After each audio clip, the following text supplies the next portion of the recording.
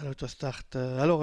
Notre ami Titou de la Couy, il est bien présent cette fois. Il n'a pas fait de difficulté. Ucrat part légèrement en rétro puisque Canon du Bocage n'a pas encore pris sa place.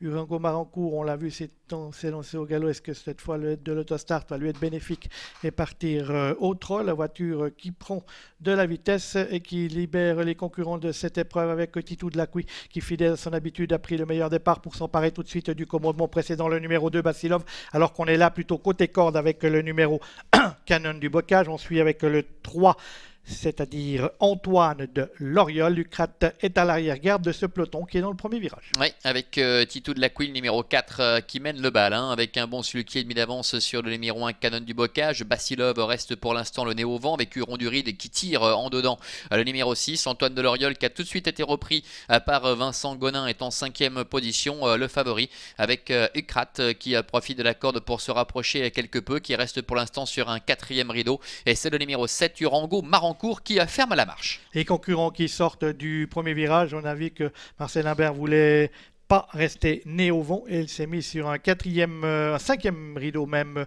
côté corde, ce qui fait que c'est Antoine de Loriol, le numéro 3, qui se retrouve nez au vent à un peu plus d'un tour de l'arrivée d'un peloton, toujours emmené par le numéro 4, Titou de la Couy, qui précède côté corde l'As Canon du Bocage. On suit toujours en tirant quelque peu avec le 6 Huron du Ride, suivi par le numéro 3, Antoine de Loriol, qui nez au vent progresse maintenant pour se porter en 4e position. Ucrat est côté corde alors que Basilov va passer dernier par le jeu des relais et que Urango Marancourt est avant-dernier. Oui, et devant, Titou de la Couy contrôle toujours les débats avec Ludovic Tereau dans son sillage trotte Canon du Bocage qui jusqu'à maintenant a pu bénéficier du parcours idéal. La 3e place pour le numéro 6 Huron du Ride qui s'est un petit peu détendu par rapport à tout à l'heure. Antoine de Loriol, le grand favori, est toujours à sa hauteur en 4e position devant Ucrat avec Urango Marancourt et Marcel Imbert qui s'est décalé au sulky de Basilov pour prendre maintenant le sillage du wagon de 2 avec un rythme qui devrait s'accélérer pour aborder bientôt le milieu de la ligne d'en face. Toujours Titou de la Couy, numéro 4, qui dirige les opérations. Une longueur devant Canon du Bocage bien calé